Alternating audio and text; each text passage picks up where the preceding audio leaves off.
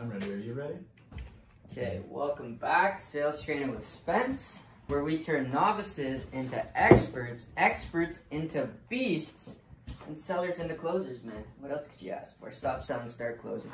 Do it with me. Do it with the close 7-level selling. StephenArnio.com/the close. All right, we got Ronnie in the room now. Welcome, Ronnie. Pleasure to have you, brother. Thank you. Been awaiting him for some time. It's a pleasure. Yes, sir. Okay, so today we're talking about presenting your offer. Whoa. Value versus cost, right? So when you are going into a sales pitch, essentially you're asking them to trade something that's of value to them, their money, for something that is also going to be of value to them, your product. So when you're presenting your offer, you always want to start with the value. You want to build up the value of your product so that the value of the product outweighs the value of the amount of money they're spending on it. So a good way to do that is like how we word it. Usually this bundle sells for $5,183, but today I can get you everything with a cash outlay of only $199, right? You show the value, man, this is worth $6,000, and then you diminish the cost, but it's only $199. Like, what else could you ask for, right? So that puts the value of your product over the cost for them. They're gonna buy it. If you can't build up the value to be bigger than their perceived value of the amount of money that the program costs, then they're not gonna buy, right? So a quote by Warren Buffett is, "Price is what you pay, value is what you get," right? So you need to show them the value. Always put value first in your pitch, and then cost comes second, right? So how do you build up value? Well, one way is with a huge amount of evidence, right? Evidence, testimonials, white papers. So there was a lawyer and he got into the mortgage business down in the debt collecting business down in the States, and the way he pretty much ran his business, took over the industry down there, is by having these books that he called the 5 Pounders. And it's pretty much, he had multiple of them, but it was just filled with freaking testimonials and evidence that his worked and satisfied customers. So that way if he was ever brought to court, he slaps down this book, look how many people who are actually going to back me up and who are happy, can't argue with that. People looking to get into business with him, slap it down with them as well.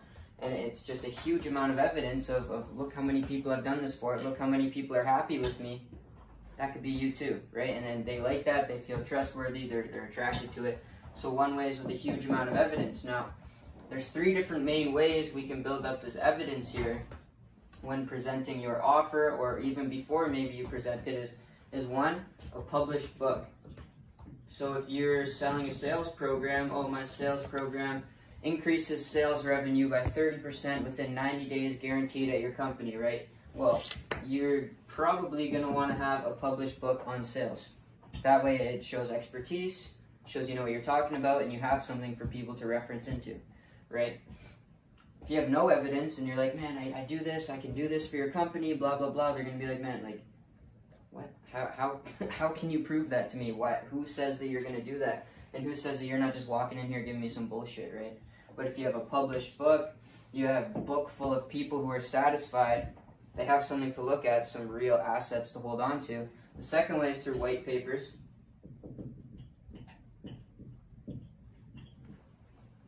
And the third way is glossy sales material that can be created by your marketing department. Which takes no effort too, right? This just takes some money. You need to put some money into marketing, but this really takes no effort from you.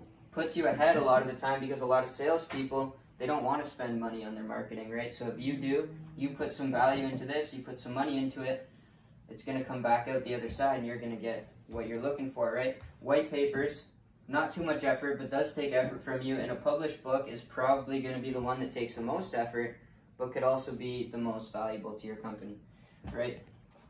So another way to build up value over costs, so one, a huge amount of evidence. Always have the huge amount of evidence. Some people look for testimonials and some people never want a testimonial, right? You got to kind of gauge what type of person they are.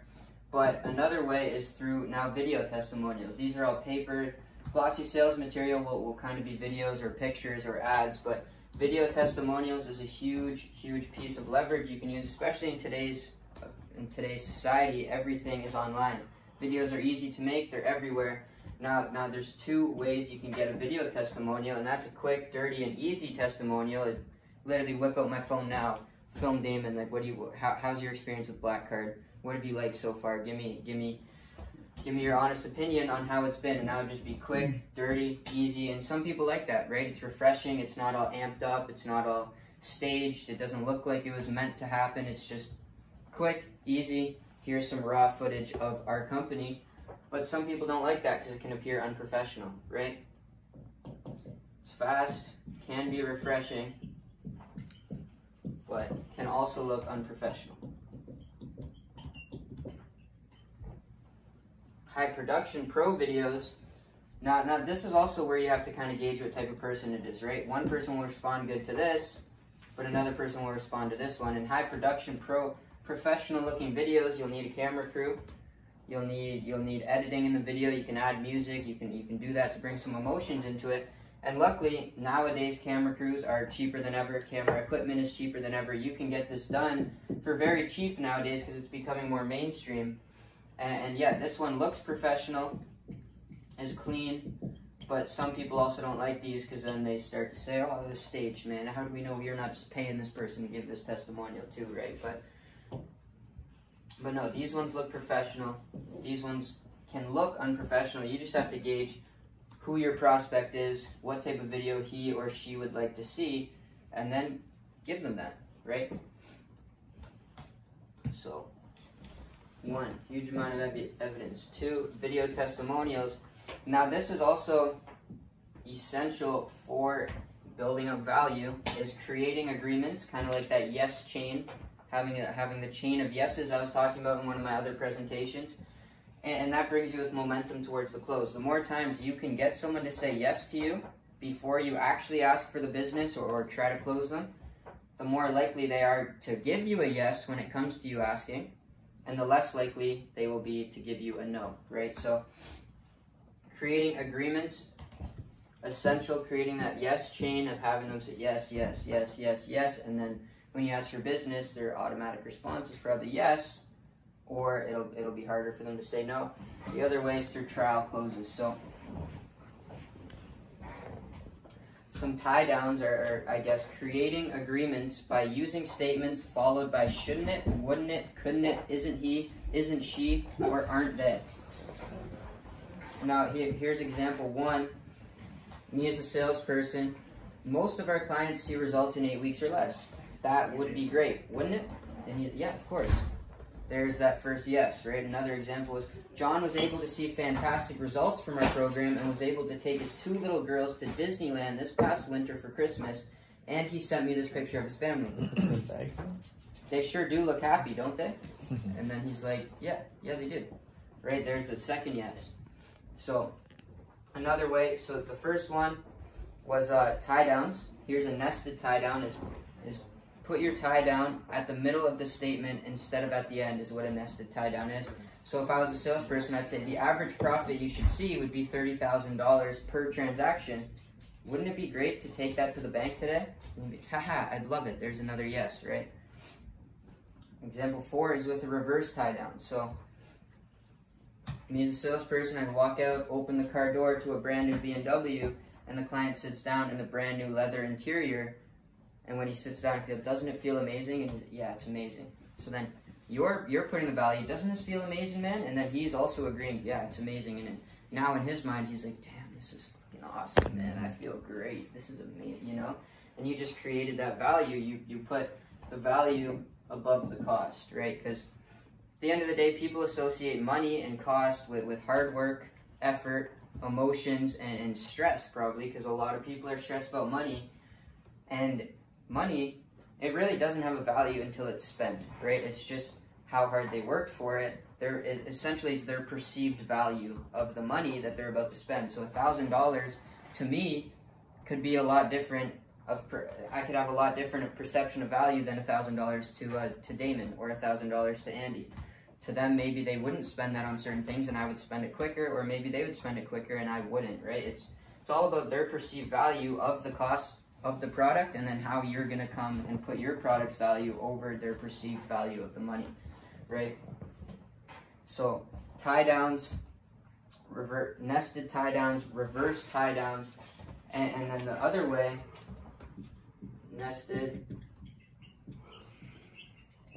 reverse, and the other way for creating agreements and bringing momentum towards the close is with some trial closes, right? Now, trial closes, there is a lot of examples of this, and one of them is, how does this sound to you? A. B. Does this make sense to you so far? C. Would this feature be useful to your current operations? D. Do you like this color? E. Would this be an improvement on what you are doing right now? Is this what you had in mind? Do you like the value? Do you like the idea? Right? And these are all examples of, you're not actually asking Visa or MasterCard, you're not saying how do you want to pay, or let's do this, but you're bringing them towards it, you're testing the waters. Like, okay, if I almost ask for the business, well, how's he going to reply? And then what do I need to do to counter his reaction? Or maybe if he replies well to it, you ask for the business right after, and if he doesn't, based on his reply, okay, what do I need to do to break this down, to help him come back around? What type of loop patterns do I need to put him through? What rebuttals do I need to use? How do I let him see the value that's here, right? Mm-hmm. Yeah, so that is where a script comes in crucial. A script, if you're in sales, if you have a company that's doing sales, and your salespeople aren't using a script, then you are freaking missing out, man. You're doing something majorly wrong.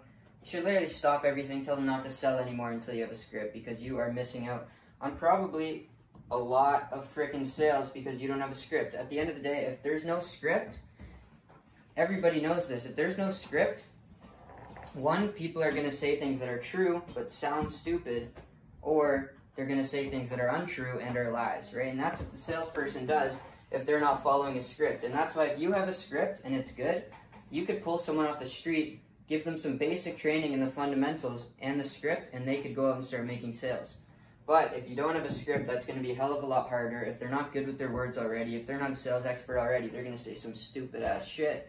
Either make you look bad, make your company look bad, or just straight up lie to people to try to get business, and that is unethical. It's not okay, right? So get that script.